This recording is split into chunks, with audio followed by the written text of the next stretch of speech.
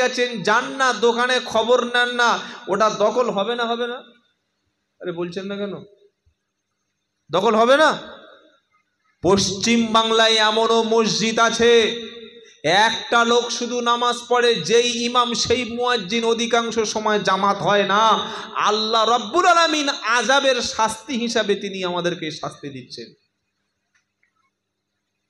তাই মুদিয়ার মানুষদের আমি পায়ে ধরে বলে যাব, আল্লাহ রসুলের প্রেমিক এটা মুখে বললে হবে না। আগামী কাল থেকে মসজিদে যাব ইনশাআল্লাহ। বলুন তো দেখি, জোরে বলুন না ইনশাআল্লাহ। নামাজ পড়ুন, রসুলকে ভালোবাসুন, রসুলের আদর্শ জীবনে আনুন।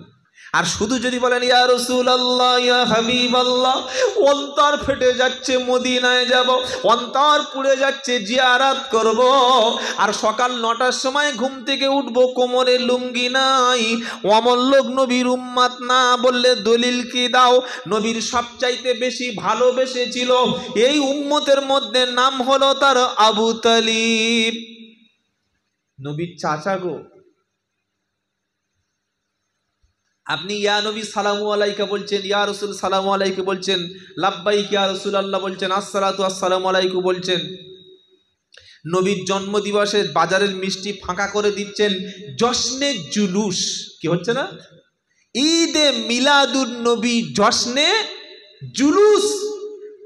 আগে শিয়ারা, রাফেজিরা, তারপরে সুন্নিরা, বেরিলবিরা, বেদাতপন্থীরা যেটা করতো সেটা হকপন্থীরা করছে।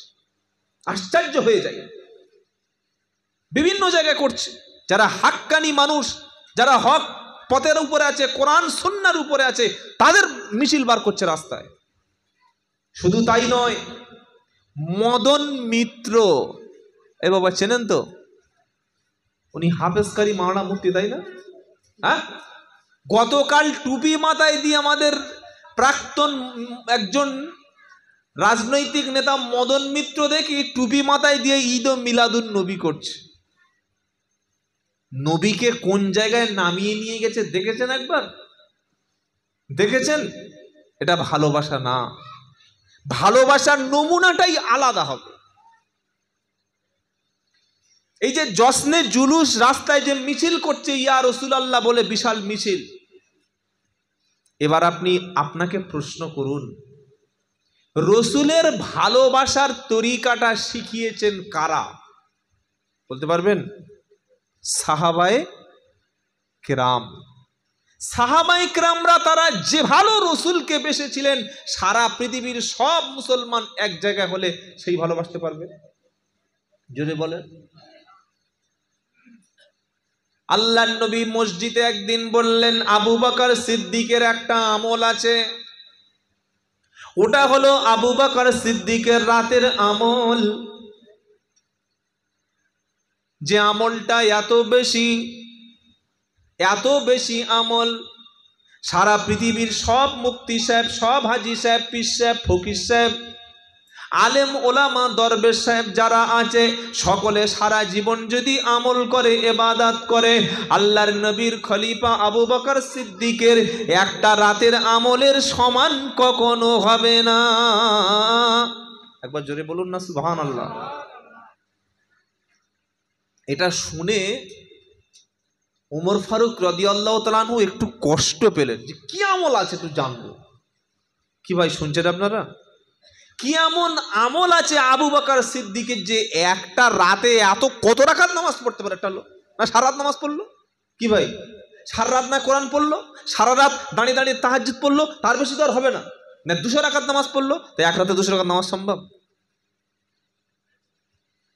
ওমর ফারুক বললেন, কি এমন আমল আছে? আল্লাহ নবী বললেন, শোনো সাহাবারা, আবু বকর সিদ্দিকের একটা রাতের আমল এত বেশি ছিল, ওই আমলটা আমার আল্লাহ এত বেশি পছন্দ করেছিল, উম্মতে মুহাম্মাদির সমস্ত আমলগুলি, ইবাদতগুলো একটা পাল্লায় যদি চাপিয়ে দেওয়া হয়, আর আবু বকর সিদ্দিকের রাতের আমলটা উম্মতের আমলের চাইতে ভারী হয়ে যাবে। সুবহানাল্লাহ এখন বলার দরকার নাই, মাস 3 পরে একবার বলবে। বলুন না সুবহানাল্লাহ। হুজুর কোন আমলটা বলো? যেদিন আল্লাহর নবী মক্কা থেকে বিতাড়িত হয়ে মদিনা শরীফে চলে যাওয়ার জন্য নিয়ত করলো, সেদিন আবু বকর সিদ্দিকের সঙ্গে নিয়ে সৌর পর্বতের গুহা, যেটা মক্কা থেকে ইয়ামেনের দিকে দক্ষিণ দিকে 5 কিলোমিটার দূরে, গুহার মধ্যে প্রবেশ করলো। ভিতরে গিয়ে আবু বকর সিদ্দিক আগে গিয়ে দেখে আসলো কোনো সাপ আছে কিনা, কোনো বিষাক্ত পতঙ্গ আছে কিনা, কোনো বিচ্ছু আছে কিনা, ওটা আক্রমণ করলে নবীর উপরে অ্যাটাক হবে।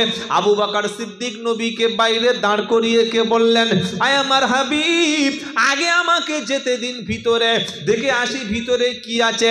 সাপ থাকুক আর যাই থাকুক, গুহা পাহাড়ের মধ্যে ভিতরে গুহা, যদি কোনো বিষাক্ত কিছু থাকে আমাকে কামড়ালে, আমি যদি মারা যাই, আমি আবু বকর সিদ্দিক মারা গেলে ইসলামের কোনো ক্ষতি হবে না, কিন্তু বিশ্ব নবী চলে গেলে নবী আমরা পাবো না।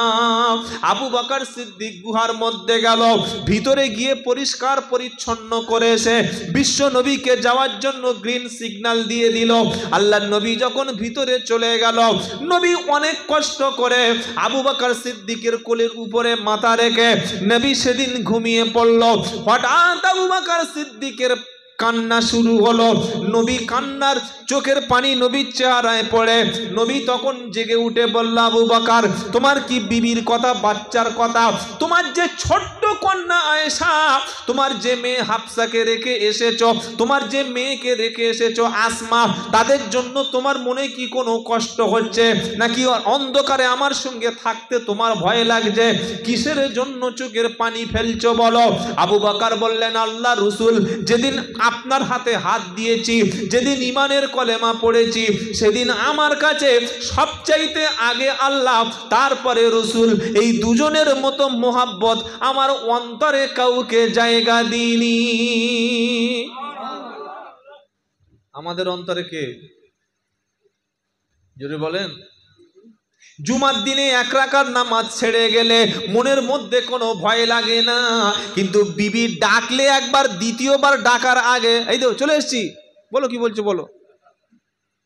বিবি বলেছে কাপড় কিনে আনো, ঘর এই পর্যন্ত চলে এসেছে, আর 2 পা ফেললে ঘর, এই বাড়ির কথা বলছি না, বললে আমার আবার অবস্থা খারাপ হয়, সামনে একটু গেলে ঘর। হঠাৎ মনে পড়েছে বিবি বলেছিল আসার সময় ভালো কাপড় আনবে, আবার বাইক নিয়ে চলে গিয়েছে, গিয়ে দেখছে কাপড়ের দোকানওয়ালা শাটার ফেলছে। এ ভাই দাঁড়া, ভাই শাটার ফেলছি দাঁড়া, আবার কে বলে ভাই দাঁড়া, কাপড় লাগবে। বলে কি এমন কাপড়? কাপড়ের কাপড় কিনবি? বলছে না না, আমার বিবির কাপড় কিনবো। তা কালকে নিবি? বলছে না, আজকের লাগবে। কাপড় এনে বলছে দেখো লায়লা পছন্দ। লায়লা তখন বলছে সুপার ফাইন, এটাই তো চাইছিলাম। এর নাম হচ্ছে স্বামী। ছেলে আবদার করেছে আব্বা খাবার আনো, খাবার না আনলে ছেলের মন পাওয়া যাবে না, মেয়ের আবদার মেটাতে হবে, শ্বশুর শাশুড়ির আবদার মেটাতে হবে। আমার মনের মধ্যে ছেলের জায়গা আছে, বিবির জায়গা আছে, বাচ্চার জায়গা আছে, দোকানের জায়গা আছে, অর্থ সম্পদের জায়গা আছে, সবার জায়গা আমার মনে হলো, কিন্তু আল্লাহর জায়গা মনে যদি হয় তাহলে আপনি জান্নাতি। জোরে বলুন। তাই আল্লাহ শোনাচ্ছে, কুল ইন কানা আবাউকুম ওয়া আবনাউকুম ওয়া ইখওয়ানুকুম ওয়া আজওয়াজুকুম ওয়া আশীরাতুকুম ওয়া আমওয়ালুন ইকতারাফতুমুহা ওয়া তিজারাতুন তাকশাউনা কাসাদাহা ওয়া মাসাকিনু তারদাউনাহা আহাব্বা ইলাইকুম মিনাল্লাহি ওয়া রাসূলিহি ওয়া জিহাদিন ফি সাবিলিহি ফাতারাব্বাসু হাত্তা ইয়াতি আল্লাহু বিআমরিহি ওয়াল্লাহু লা ইয়াহদিল কওমাল ফাসিকিন। 10 নম্বর পারা 9 নম্বর পৃষ্ঠা 5 নম্বর লাইনে 23 নম্বর আয়াত আল্লাহ শোনাচ্ছে, কুল ইন কানা আবাউকুম, নবী তুমি বলো, তোমাদের কাছে যদি তোমার আব্বার মহব্বতটা, তোমার বিবির মহব্বত, ভাইয়ের মহব্বত, সন্তানের ভালোবাসা, তোমার সুন্দর ঘরের ভালোবাসা, তোমার দোকানের ভালোবাসা, তোমার ব্যবসার লস হয়ে যাওয়ার মালের ভালো ভালোবাসা আল্লাহ এবং রসুলের ভালোবাসার চাইতে বিবি বাচ্চা অর্থ সম্পদের ভালোবাসা তোমার সামনে যদি বড় হয়, এগুলো মরণের আগে তোমার জন্য বিপদের কারণ হয়ে দাঁড়াবে।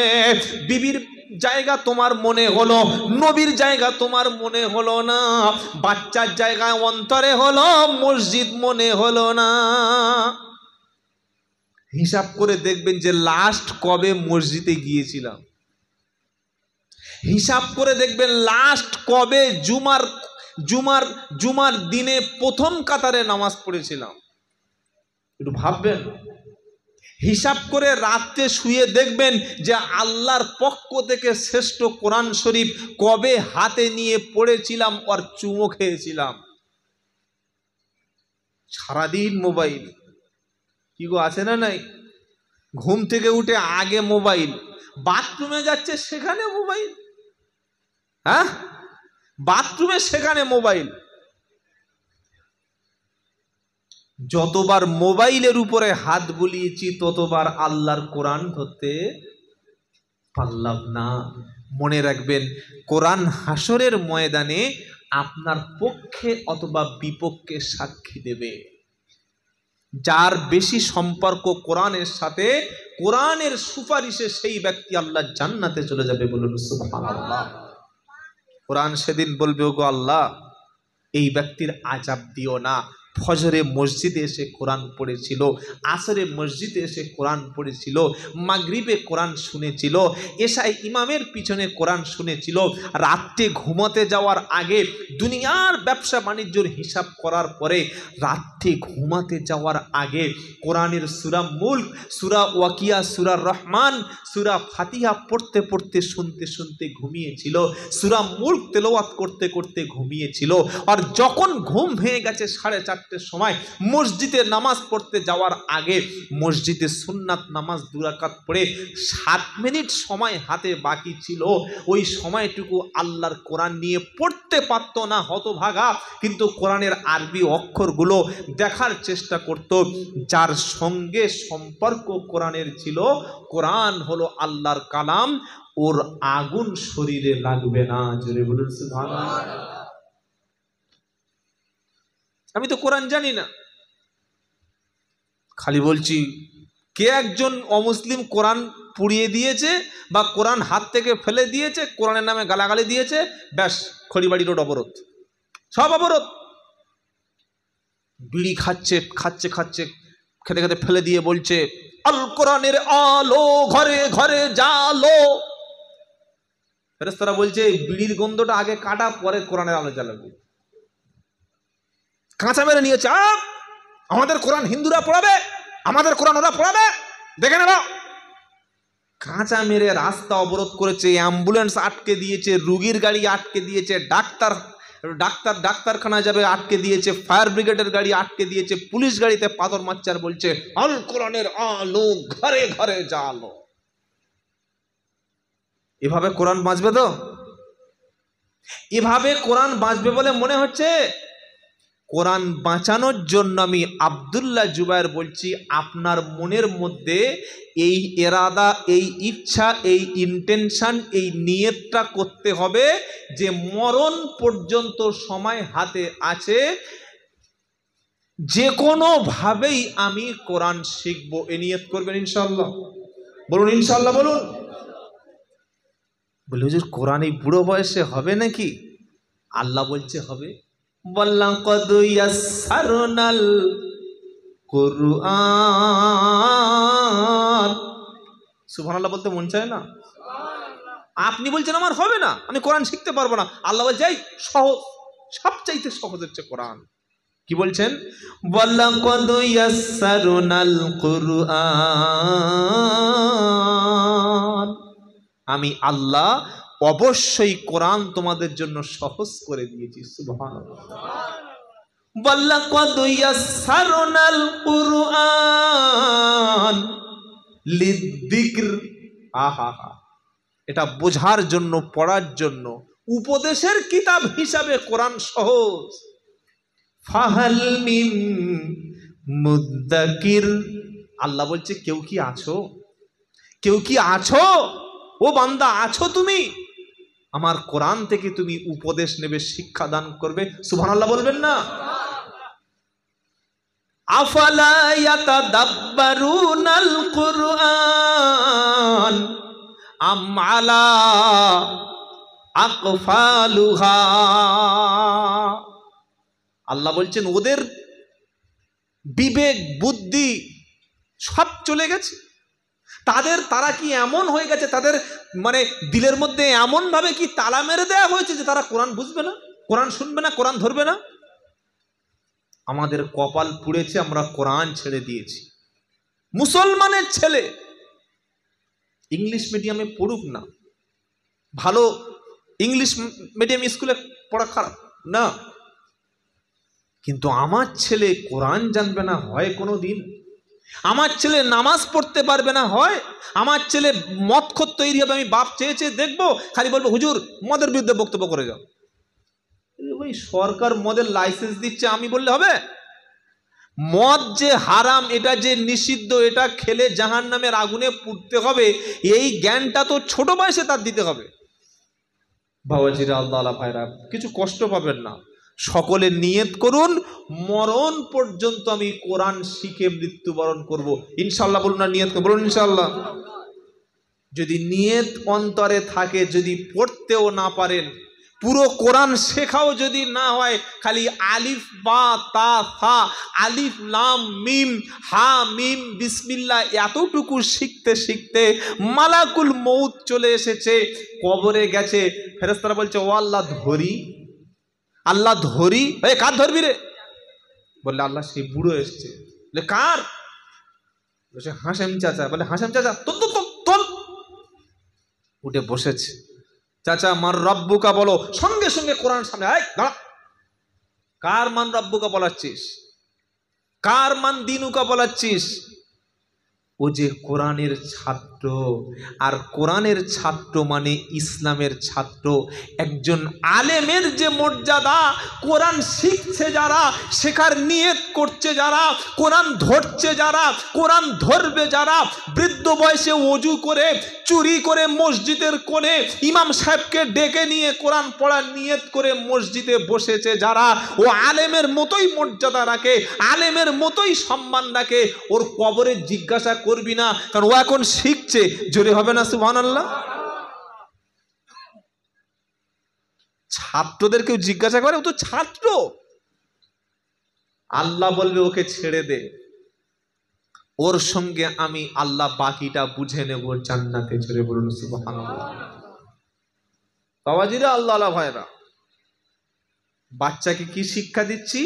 হাট্টিমা টিম টিম, তারা মাঠে পাড়ে ডিম, তাদের খাড়া দুটো শিং। এই দুটো শিং খাড়া করে শেখার জন্য, মাঠে ডিম পাড়ানো শেখানোর জন্য মাসে খরচ 3000 টাকা, মাত্র 3000। বাংলা শিখতে গেলে, কেজি স্কুলে গেলে মাত্র 3000। আর আরবি শিক্ষার সময় মসজিদ থেকে কিতাব দিচ্ছে, কায়দা দিচ্ছে, বাড়ি থেকে ধরে পড়ে দিচ্ছে, 100 টাকা মুসলমানের জোটে না, 50 টাকা জোটে না। এত ফকির আমি? আমার ছেলে কোরআন শিখবে, আল্লাহ চিনবে, রসুল চিনবে, বাড়িতে বাপকে সালাম দেবে, দাদুর কবর জিয়ারত করবে, দাদির কবর জিয়ারত করবে, বাপের জন্য কোরআন খতম করবে, নবী দিবসে কবর জিয়ারত করে কাঁদবে, শবে বরাতে ছেলে গিয়ে কাঁদবে, জানাজার নামাজ ছেলে পড়াবে, এর জন্য 100 টাকা বার হয় না? যদি না বার হয়, সারা জীবন ভাড়া করা হুজুর দিয়ে চালাতে হবে, ঘরের অরিজিনাল মাল পাবেন না। তাই নিয়ত করুন, আজ থেকে আর বলবো না মা হাট্টি মাটিম টিম, এবার থেকে শিখবো আমি আলিফ লাম মিম। নারায়ে তাকবীর। আজ থেকে আর শিখবো না মা হাট্টি মাটিম টিম, এবার থেকে শিখবো আমি আলিফ লাম মিম। নারায়ে তাকবীর। কারণ কি? একটি অক্ষর পড়লে মাগো, একটি অক্ষর পড়লে মাগো 10টি নেকি হয়। কটা নেকি হয়? জোরে হবে না সুবহানাল্লাহ? আলিফ লাম মিম 3টি অক্ষর, সঙ্গে সঙ্গে নেকি কটা হলো? 30টি, একটা করে 10, 3টে 30। একটি অক্ষর পড়লে মাগো 10টি নেকি হয়, একটি অক্ষর পড়লে মাগো 10টি নেকি হয়, আর কোরআন পড়ে মেনে নিলে জান্নাত পাওয়া যায়, কোরআন পড়ে মেনে নিলে জান্নাত পাওয়া যায়। আজ থেকে আর শিখবো না মা হাট্টিমা টিম টিম, এবার থেকে শিখবো মাগো আলিফ লাম মিম, এবার থেকে শিখবো আমি আলিফ লাম মিম। নারায়ে তাকবীর। দুটো পা ধরে বলে যাচ্ছি ভাই, কাল সকাল থেকে ছেলেটাকে কোরআন শিক্ষা দাও, বেঁচে যাবে। কিয়ামতের দিন কোরআন শিক্ষা দেওয়ার ছেলের বাপ এবং মায়ের মাথায় আল্লাহর পক্ষ থেকে নূরের একটা পাগড়ি আর টুপি পরিয়ে দেবে। সুবহানাল্লাহ বলুন। মুদিয়া, খড়িবাড়ি, শাসন এলাকার লোক জিজ্ঞাসা করবে কোন পীর সাহেবের মুরিদ, ও কবার হজ করেছে? ফেরেশতা বলবে না, ও হাজি না, পীর না, মুরিদ না, ফকির না, আলেম না, ইমাম না, দরবেশ না। বললে কি ও? বললে হচ্ছে কোরআন পড়া ছেলের বাপ আর মা। জোরে বলুন সুবহানাল্লাহ। মন কি চায় না আল্লাহ আমাদের সন্তানদের কোরআন শিক্ষার? 12টা বেজে গেল, এবার শেষ করে দিই নাকি? আর একটু হোক, হলে তো সকাল করা যাবে, কিন্তু ফজরের নামাজটা কে পড়বে? কি বুঝলেন? শুনতে মজা, আমলেও যেন আমাদের জীবনের জিন্দগিতে। আর 10 মিনিট বলে কথা শেষ করে দিই। বক্তব্য অল্প শুনবেন, কাজে লাগবে ইনশাআল্লাহ। বাবাজি আল্লাহ ভাইরা, আবু বকর সিদ্দিকের রাতের আমল শোনাচ্ছিলাম। বিশ্ব নবীকে কোলের উপরে মাথা নিয়ে কাঁদছেন। নবী জিজ্ঞাসা করলেন, আবু বকর সত্যি কি তোমার ঘর ছেড়ে এসেছে বলে কাঁদছো? আবু বকর সিদ্দিক বললেন, হুজুর এই কারণে কাঁদছি, আমার মনে হয় কোনো বিষাক্ত কিছু দংশন করে দিয়েছে। হঠাৎ করে উপরের দিকে তাকিয়ে দেখলো আবু জাহাল, আবু লাহাব, উতবা, সাইবা, মুগিরা বেশ কিছু ছেলে পাঠিয়ে দিয়েছে, প্রত্যেকের হাতে তরবারি। এখনকার যুগ হলে বন্দুক দিয়ে পাঠিয়ে দিতে, যা মোহাম্মদকে পেলে পিছন থেকে ঝেড়ে দিবি, নাউজুবিল্লাহ। প্রত্যেকের হাতে চকচকে তরবারি। আবু জেহেল কি বলল? যে মোহাম্মদকে যেখানেই পাবি সেখানে দুটুকরো করে দিবি। নাউজুবিল্লাহ বলবেন না সুবহানাল্লাহ বলবেন? নাউজুবিল্লাহ বলুন।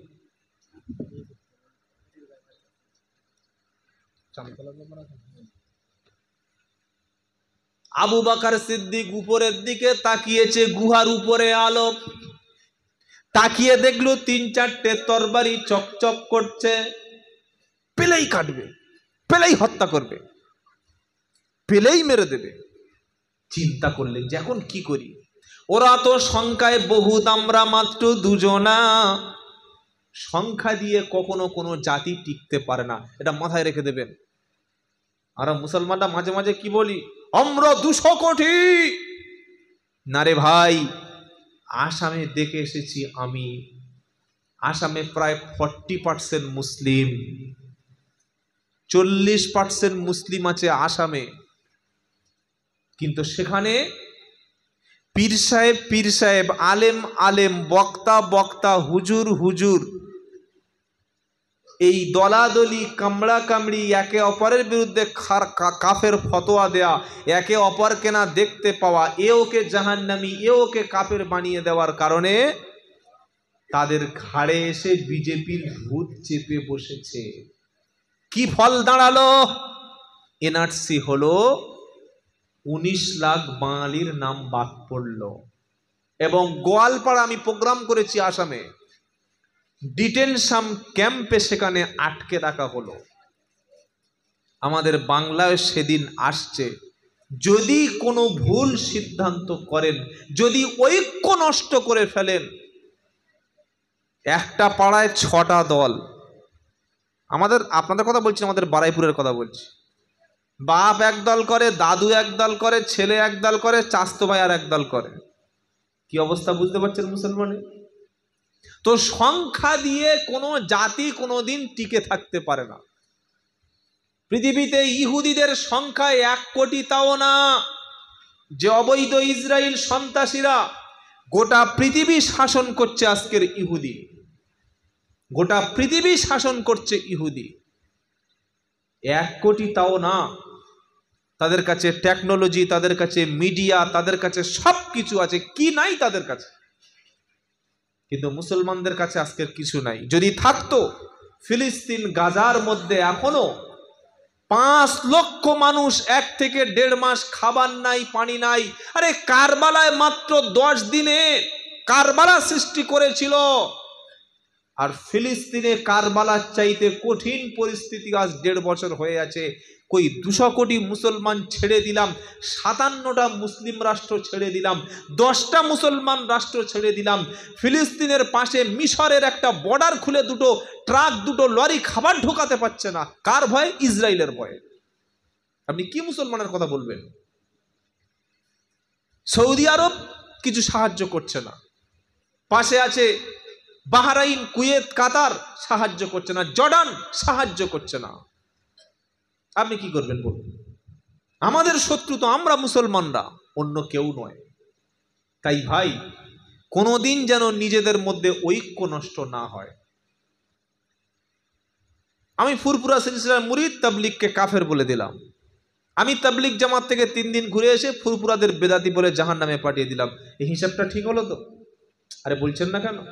আমি আজান গাজী পীর সাহেবের মুরিদ, আমার দলটা জান্নাতি, বাদ বাকি সব কাফের। হ্যাঁ ভাই, আমি যদি মানে ওই সুন্নি জামাতের লোক হই, একটা আমি ধরুন হানাফি, আমি ধরুন 1 মিনিটের জন্য হানাফি মাযহাবের লোক, একটা শাফি মাযহাবের লোক যদি জান্নাতে যায়, তো আমার জান্নাতটা কি আল্লাহ ছোট করে দেবে? হ্যাঁ, আমি আজান গাজী পীর সাহেবের মুরিদ, একজন বেরিলি যদি জান্নাতে যায়, আমার জান্নাতটা কি ছোট হয়ে যাবে? এত হিংসা কেন মনে আমার? এই হিংসার কারণ কিন্তু আপনারা না। এই হিংসার পিছনে আমার মতো কিছু হুজুর দায়ী, সবাই নয়, অনেক ভালো মানুষ আছে যারা জলসায় এসে একটা বক্তা এসছে আর একটা বক্তা শুনে আর আসবে না।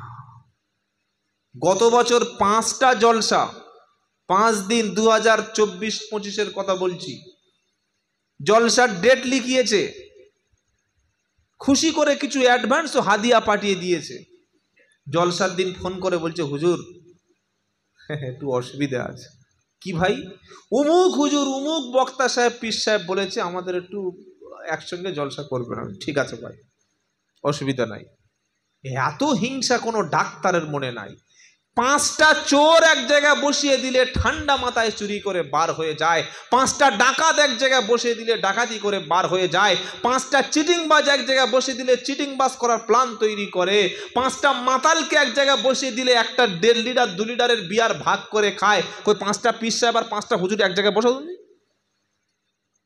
ঘরের গ্রিল বেঁকে ভেঁ পার হয়ে যাবে। ও শ্যামের যদি রড দিয়ে দেন, ওমাল ফাটিয়ে দিয়ে চলে যাবে, এমন মারামারি শুরু হবে।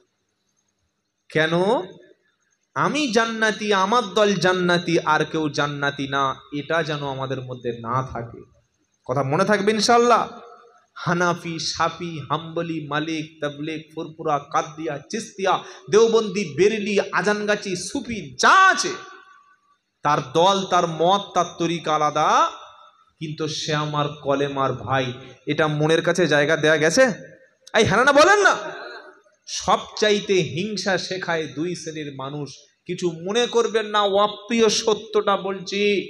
1 রাজনৈতিক দলের লিডার, আর 2 নম্বর স্বার্থপর কিছু হুজুর। এই 2 শ্রেণীর খপ্পরে যেন যুবক বন্ধুরা জীবনে তোমরা পড়বে না।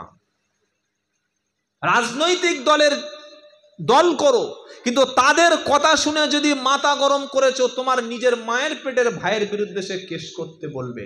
আর এমন স্বার্থপর হুজুরের ধান্দায় যদি পড়েছো, একই গ্রাম, একই পাড়ার মুসলমান মসজিদ থেকে বার করে দেওয়ার কথা বলবে। একই পাড়ার মুসলমান তোমার পীরের মুরিদ না, কিংবা তোমার দলের লোক না, সেজন্য তোমাকে কাফের বলে ফতোয়া দিয়ে চলে যাবে। আমরা কি ভেদাভেদ করব? একটা ভাই যদি সে অন্য দলের লোক হয়, আমি কাফের বলবো না, তাকে সঠিক পথে আনার চেষ্টা করব। বলুন ইনশাআল্লাহ। সবাই আমার মতো হবে কেন? ভিন্নতা তো থাকবে। কবি নজরুল ইসলাম অনেক আগে বলে গেছে, বিশ্ব যখন আগিয়ে চলে আমরা তখন পিছে, বিবি তালাকের ফতুয়া খুঁজি কোরআন হাদিস চষে। সবচাইতে পাওয়ারফুল রাষ্ট্র এখন, যাদের কাছেও পরমাণু অস্ত্র বেশি আছে তারাই পাওয়ারফুল। আমেরিকা, চায়না, তারপরে রাশিয়া, এগুলো হচ্ছে পাওয়ারফুল রাষ্ট্র। আর সব কিছু পাওয়ারের কলকাঠি নাড়ছে বসে বসে ইসরায়েল, ইহুদিরা। এমন কোনো কিছু নাই যে তাদের কাছে নাই। তারা ঐক্য, তারা এক, তারা ইউনিটি। আর আমাদের শিয়া, সুন্নি, হানাফি, শাফি, হাম্বলি, মাওলিকি, তাবলিগ, ফুরফুরা, কাদিয়া, চিস্তিয়া, দেও, মানে হিসাব করতে পারবে না যে কত দল। অথচ দল একটা, দলের নাম হলো ইসলাম। দলের নাম কি বলেন? সকলে বলুন। আমাদের পরিচয় কি? মুসলমান। আমাদের দলের নাম কি? মুসলমান। আর আমাদের ধর্মের নাম হলো ইসলাম।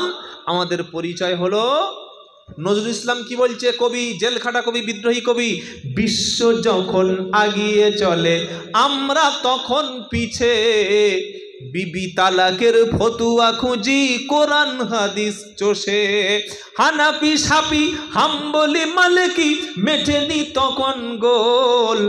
তখনই গন্ডগোল চালাচ্ছে, এখানে হাত মারতে হবে, এটা সহি হাদিস, এটা নামাজ হবে না। আবার বলছি এখানেই হাত বাঁধতে হবে, এখানে বাঁধলে নামাজ হবে না। ইয়া নবী সালামু আলাইকা বলে দাঁড়াতে হবে, না হলে জাহান্নামে যাবে। আর একদল বলছে না, ইয়া নবী করলে সে জাহান্নামে যাবে। কি ভাই, এগুলো মারামারি আছে না নাই? নামাজের শেষে আমিন জোরে না বললে নামাজ হবে না। আর একদল বলছে না, আস্তে না বললে নামাজ হবে না। এই যে ছোট্ট ছোট্ট বিষয়, এগুলো কোনো বিষয় না। এগুলো নিয়ে মারামারি করছে, মসজিদ ভাগ করে নিচ্ছি। হচ্ছে না? হচ্ছে কি হচ্ছে না? কবি কি বলছে? হানাফি, শাফি, হাম্বলি, মালিকি মেটেনি তখন গোল। এবার মালাকুল মউত এসে বলল তুমি তোল পিতালপা তোল। আমার বক্তব্য কিন্তু কোনো ওই অন্ধ ব্যক্তির সহ্য হবে না ভাই, ওই জন্য আমার দাওয়াত সবাই করে না। যারা কোনো বিশেষ দলের অন্ধ ভক্ত তারা আমার বক্তব্য শোনে না। মাথাটা ঠিক করুন আগে। আমি মুসলমান, নবীর উম্মাত, আলেমদের শ্রদ্ধা করি, আল্লাহওয়ালা পীর বুজুর্গ তাদের ভালোবাসি। কোরআনের যারা কথা বলে সে যে দলের আলেম হোক না কেন তাকে আমি সম্মান করব। হয়তো তাকে আমি দাওয়াত করি না, কিন্তু তাকে আমি অপমান করতে পারি? কবি বলছে খবরদার, সাবধান, এগুলো তোমরা করো না।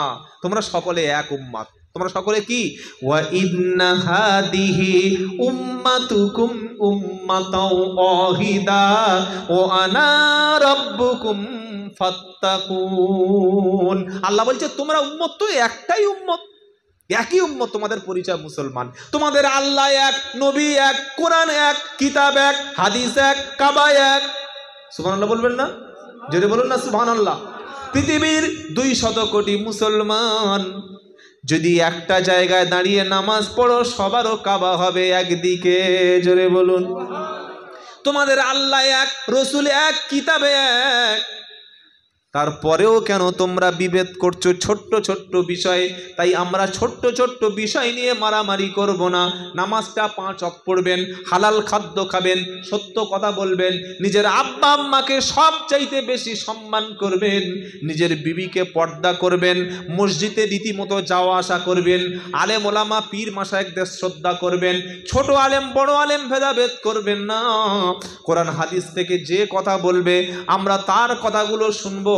নিজের সন্তানটাকে আলেম বানাবো, আলেম না বানাতে পারি নামাজি পরেজগার বানিয়ে যাব। আর মরণের পরে আল্লাহর নবীর সাথে আমরা জান্নাতুল ফেরদাউসে চলে যাব। সেদিন আবু বকর সিদ্দিক বিশ্ব নবীকে বললেন, নবী ওরা তো অনেকজন, আমরা দুজন, কি করে আমরা টিকব, কি করে আমরা বাঁচব? আবু বকর সিদ্দিক ঘাবড়ে গেল। আমার নবী সেদিন গুহার মধ্যে একটা কথা বলে আবু বকর সিদ্দিকের ইমানের পাওয়ার আরো বাড়িয়ে দিল। জোরে বলুন। বললে হুজুর কি কথা বললো? পারা নাম্বার 10, সূরার নাম তাওবা, আয়াত নম্বর 40। কোরআন বলছে ইদহুমা ফিল গরি ইদ ইয়াকুলু লিসাহিবিহি লা তাহজান ইন্নাল্লাহা মা'ানা গুহার মধ্যে মুহাম্মদ সাল্লাল্লাহু আলাইহি সাল্লাম সেদিন আবু বকরকে বললে, আবু বকর তুমি ভাবছো আমরা মাইনরিটি, তুমি ভাবছো আমরা সংখ্যালঘু, তুমি ভাবছো আমরা হয়তো দুজনা। আবু বকর এটা কখনো ভাববে না। ওদের হাতে অস্ত্র আছে, ওদের হাতে ক্ষমতা আছে, ওরা প্রকাশ্য তরবারি নিয়ে ঘুরে বেড়াচ্ছে, আমরা গুহার মধ্যে লুকিয়ে আছি, আমরা দুজন, এটা কখনো ভাববে না। লা তাহজান, চিন্তা করো না, হতাশ হয়েও না, ইন্নাল্লাহ মানা, আল্লাহ আমাদের সাথে আছেন, আমরা কিন্তু দুজনা,